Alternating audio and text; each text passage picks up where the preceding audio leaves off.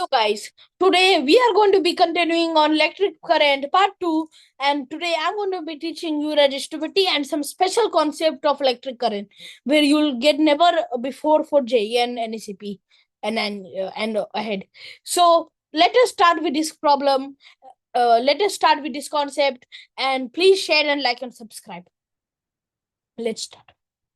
So last time we had left it on resistivity and what is R symbol means and what does it depend upon, which if you remember by your notes, that is size and shape.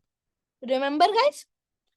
So हम लोग explain करने के लिए simplest case लेंगे. वो simplest case क्या होगा? A solid rod with conductivity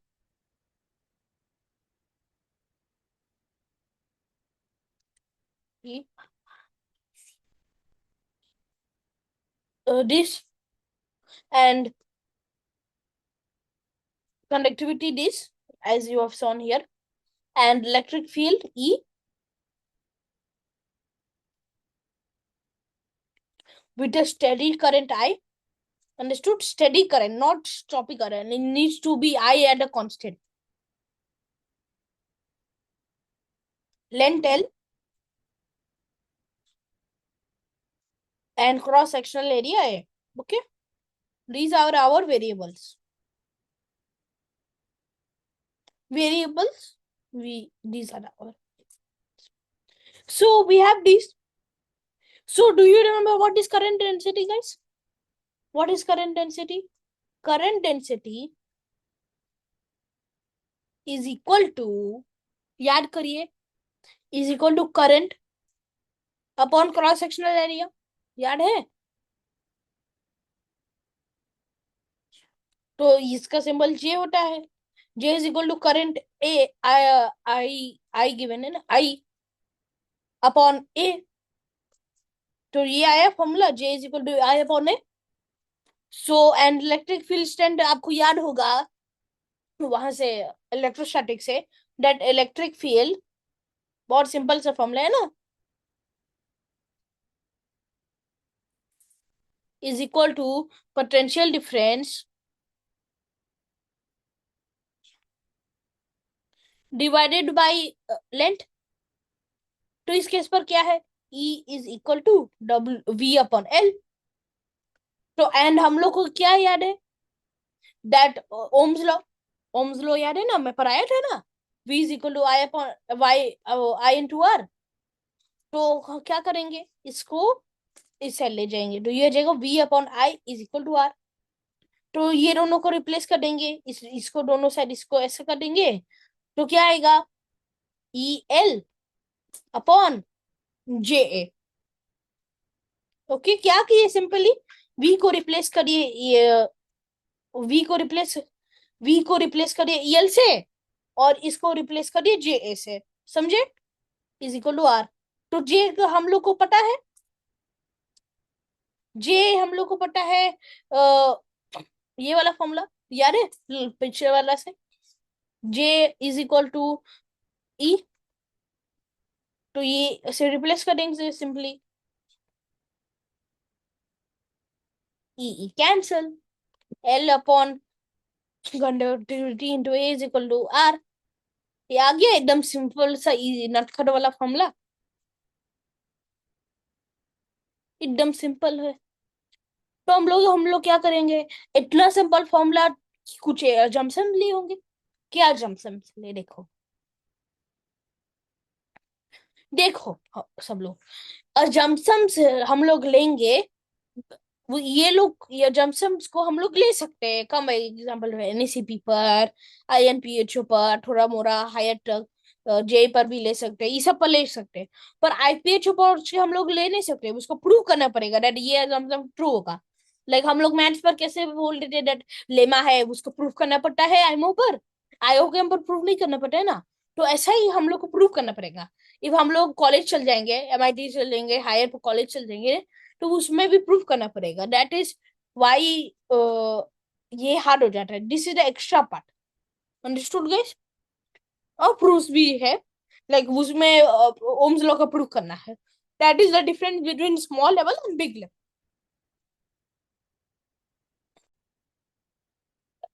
तो क्या क्या जो हम समझ लिए पहले, हम लोग क्या लिए, करंट डेंसिटी या जे, ये कलर ठीक है ना ब्लैक पर?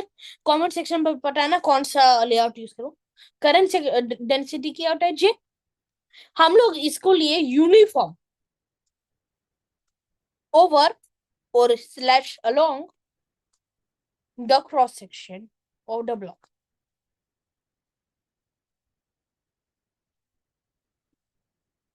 समझे लो? ये है ब्लॉक हमारा, इसमें पूरा हम लोग लिए यूनिफॉर्म, दैट इज एक कंजम्पशन। तो काहे होगा, हम लोग कॉन्ट्रडिक्शन से ट्राई करते प्रूव करने के लिए। तो late us assume that J will be actually greater एक साइड पर, तो E will be also greater because J is equal to this, but in line, because फिर उसमें बाद हम लोग एक टर्मिनल से ग्रेटर नहीं हो सकता है, सो वो कॉन्ट्रडिक्शन आ जाएगा। वो इलेक्ट्रोस्टैटिक्स का है, और वो आपको पढ़ना पड़ेगा और इंटीग्रल के साथ, अंडरस्टूड? मैं ऐसा ही जस्ट एक्सप्लेन कर दिया, उसमें लाइन इंटीग्रल ऑफ ई का कॉन्सेप्ट लगेगा और इलेक्ट्रोस्टैटिक फील्ड का कॉन्सेप्ट लगेगा, समझे? सेकेंड एजम्पशन क्या था, दैट जे उसका मैग्नीट्यूड यूनिफॉर्म का लगेगा। क्या है डिफरेंस है इसमें, and direction right until the,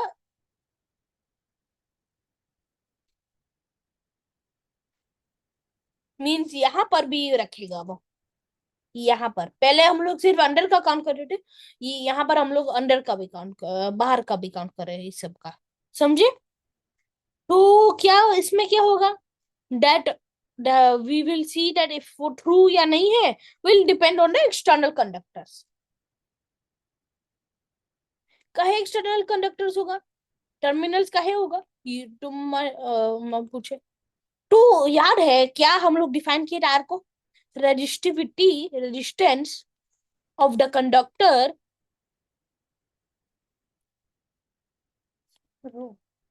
from terminals. तो यहाँ पर कंडक्टर से एनर्जी होगा, दैट कंडक्टर्स को डिफाइन करेगा वेयर टर्मिनल्स है, और उसको रहना जरूरी, और तो टर्मिनल्स बन जाएगा, और हम लोग को कंडक्टर्स का प्रूफ हो गया दैट कंडक्टर्स और टर्मिनल्स रहेगा। Because R does not means वो दैट एनसीईआरटी या कहाँ पे गिवन होता है वो प्रिमिटिव मीनिंग है, हम लोग को सोचना है एक्चुअल मीनिंग, समझे? तो अभी समझ में आया कहे कंडक्टर्स और टर्मिनल रहेगा। तो हम लोग वेदर दे विल अटैच और नॉट, हम लोग को कोई मतलब नहीं है, ओके? अभी मैं आपको एक पिक्चर दिखाऊंगा।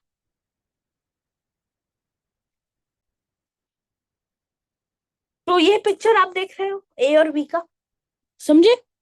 तो कंपेयर करो ये दोनों को, इसमें देख रहे हो दैट, ये मैं समझाता हूँ क्या डिफरेंस है। तो हम लोग सपोज इसमें ये दो टर्मिनल है, ओके?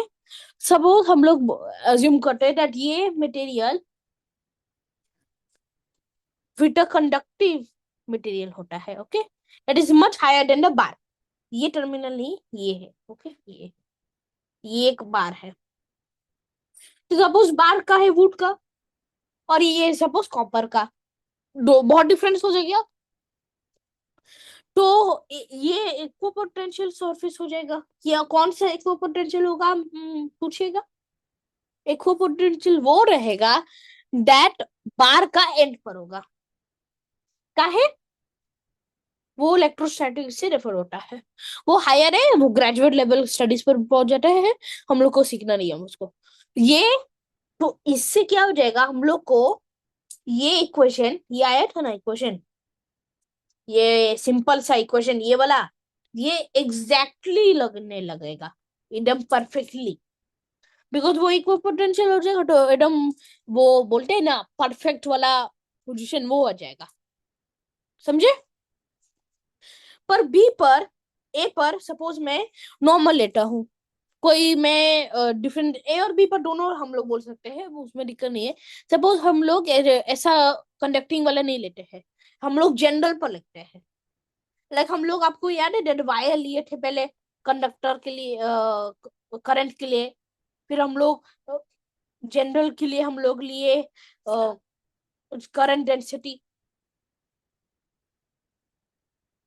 या स्लैब भी। जनरल मतलब कुछ भी, छोटा सा एयर से भी, वो पानी से स्लैब, कुछ उससे मतलब नहीं है। वो वायर होता है प्री डिफाइंड ना, उसका अलग होता है, उसका वो बना ही है वो काम के लिए, पर एयर वेयर के लिए वो सब के लिए जनरल पर चल जाता है, समझे। तो इसमें भी हम लोग जनरल के लिए क्या बोलेंगे, दैट वो बनाता है and effects.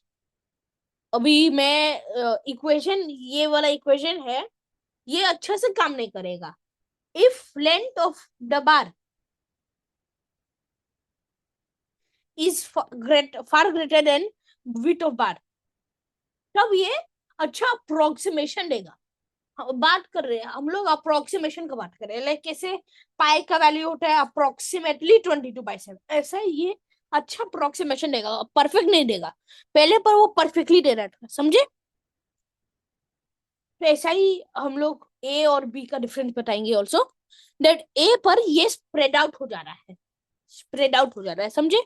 Before J uniform हो जा रहा है, बिफोर जे यूनिफॉर्म ये स्प्रेड आउट ही हो जा रहा है जल्दी ही।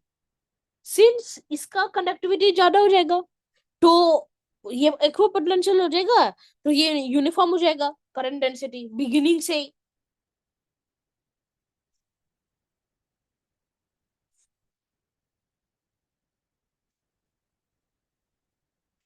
समझे।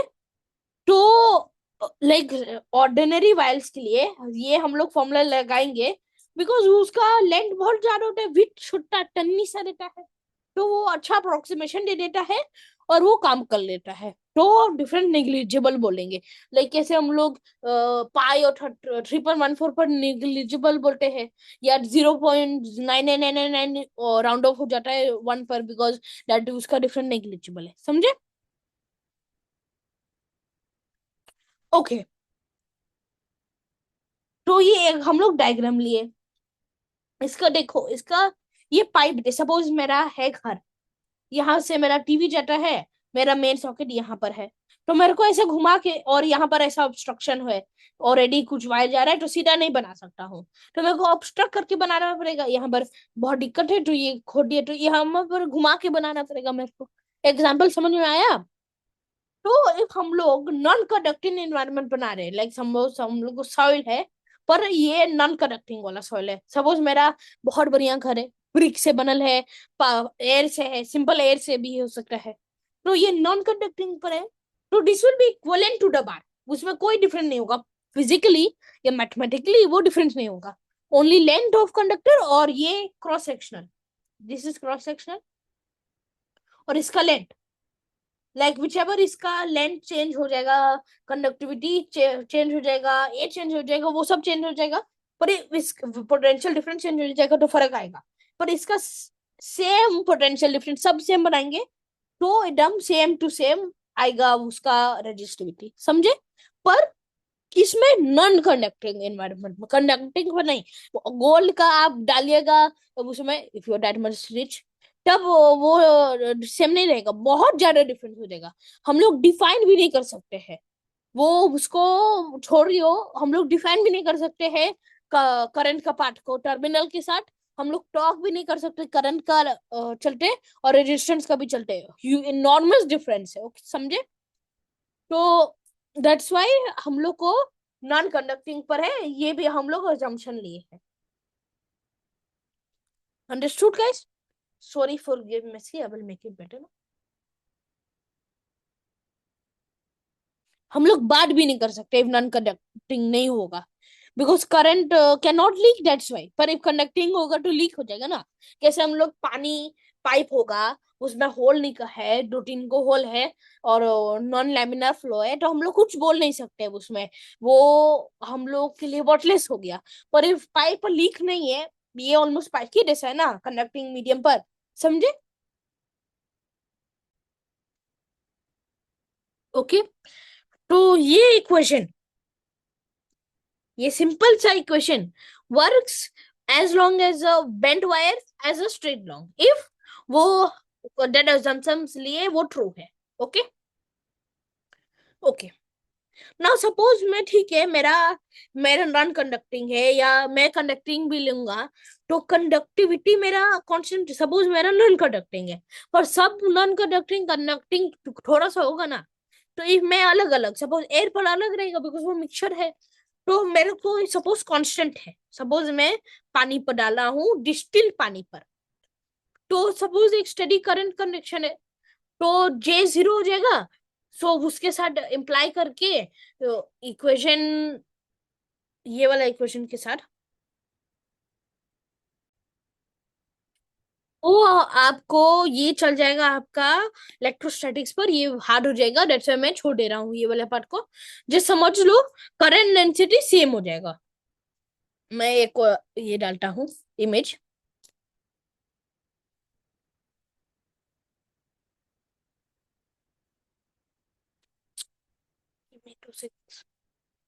बहुत लंबा वीडियो।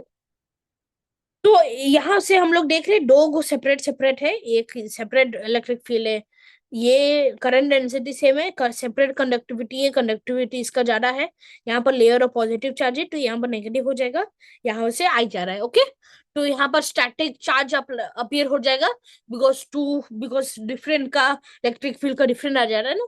समझो, electric current is just flow, movement of charge, तो यहाँ पर इलेक्ट्रोस्टैटिक्स ही काम करेगा। Okay, and if u2 is greater than u1, मतलब e2 will be greater than e1। If ये उल्टा है तो उल्टा, ये उल्टा है, इसका इनवर्स रियलाइजेशन है, हम लोग देखे थे ना, तो डिफरेंट हो जाएगा। तो हम लोग सीधा, इसका लंबा फॉर्मूला भी है, पर हम लोग सीधा आ जाएगा J is equal to 1/p into E, rho, rho 1 by, मैं रो रो भी बोल सकता हूँ और पी भी बोल सकता हूँ, दोनों इक्वल है अभी के लिए। ओके, बता दे रहा हूँ। सो ये हम लोग डाल देंगे रो, जे का और ई का, तो हम लोग आ जाएगा R is equal to P L/A, और रो P L/A।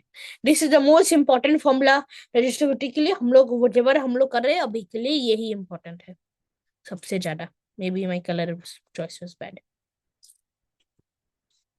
ओके, अभी क्या करेंगे, अभी ऐसा यूनिट ऑफ ये आर क्या होता है, ये ओम होता है, और this is 1 volt upon 1 ampere. Okay, और 1 ohm in terms of SI units is 1 kg upon metre, means metre square ऊपर, कूलम स्क्वायर नीचे, और सेकेंड सेकेंड नीचे। ओके, सो वो हम लोग बोल सकते हैं, और हम लोग इससे निकाल सकते हैं that P will be ohm metre, and that's all you need for simple easy knowledge of resistance. Now हम लोग क्वेश्चन करेंगे। एग्जाम्पल है क्वेश्चन MIT फिजिक्स बुक का, तो मैं MIT का फिजिक्स का क्वेश्चन है, हम लोग हाई ही लेवल क्वेश्चन करेंगे इसमें, because this is an easy question, not that much hard, पर it is on the grade of hard, मतलब समझ में आ जाएगा इससे कॉन्सेप्ट। ओके, पर a wire of pure tin, pure है, is drawn through a die, reducing its diameter by 25%। okay, diameter कम हुआ बाय 25%, मतलब 1 था तो 1/4 से कम हुआ, मतलब 3/4 आया, मतलब क्या हुआ, ये 3/4 से भरा, मल्टीप्लाई हुआ 3/4 से। अंडरस्टूड? हम लोग let us assume that L length होगा, अज्यूम करते एल लेंथ है, और ए क्रॉस सेक्शनल एरिया है। ओके, सब पर एज्यूम करना पड़ेगा दैट कुछ ए है, cross sectional area whatever you want to, मैं ए यूज करता हूँ because A for A, X भी यूज कर सकते हो, वाई भी यूज कर सकते हो, तो इसका वॉल्यूम कांस्टेंट हो जाएगा एल वन कांस्टेंट, बिकॉज ये दोनों कांस्टेंट है, constant into constant constant, so L will be inversely proportional to A. मतलब 1/a होगा, I am saying you universally. So P L upon A is therefore proportional, ये is equal to R. तो फिर ये आ जाएगा P L, ये given है तो बाई ए स्क्वायर प्रोपोर्शनल है. अंडरस्टूड. सो नाउ हम लोग लाए 3/4 फैक्टर से कम होगा, तो ये 3/4 स्क्वायर से हो जाएगा, बिकॉज ये 3/4 स्क्वायर से रिड्यूस होगा, तो मल्टीप्लाई हो जाएगा बाय 1/3/4 होल 4. बिकॉज ये इसका ए से ये हो रहा है ना, तो ए स्क्वायर 3/4 होल 4 हो जाएगा. तो दिस इज 3 × 16. ये मैं कुछ गलती कर दिया, नहीं ये नहीं होगा 3. तो रेडियस पर ये हो जाएगा 1/r4 से proportional. So since A is inversely proportional to L, तो ये हो जाएगा R is equal to rho L by A, which is proportional to L square. तो if L पर 2 टाइम्स से हो गया तो 2 square is equal to 4. So answer 4. थोड़ा सा ऊपर से गया होगा तो कोई दिक्कत नहीं, हार्ड क्वेश्चन था. हम लोग अभी थोड़ा सा इससे और क्वेश्चन और लेंगे, उससे और क्लैरिटी हो जाएगा. तो ये कुछ रेजिस्टिविटी एंड इट्स रेसिप्रोकल है. ये आपको काम देगा. नॉर्मली क्वेश्चन पर गिवन होता है, पर फिर भी इसको याद करने का जरूरत ऐसा भी नहीं है. याद हो जाएगा तो याद हो जाएगा. मेरे को तो याद हो गया बनाते बनाते क्वेश्चन. तो प्योर कॉपर का रूम ये होता है 0 डिग्री सेल्सियस पर. ऐसा इतना इतना 0 डिग्री मतलब 273 + 270 होगा. ये ऐसा ऐसा मतलब 0 डिग्री सेल्सियस, सॉरी. ये सब है रेजिस्टिविटी पी, कनेक्टिविटी एंड ये सब का इतना इंपॉर्टेंट नहीं है. नॉर्मली गिवन होता है, क्वेश्चन पर गिवन होता है, पर एक बार याद हो जाएगा तो याद हो जाएगा. जस्ट ये सब दिखाने के लिए है. So next video we will now solve questions. Thank you very much. And in the we will also do circuits. Bye bye.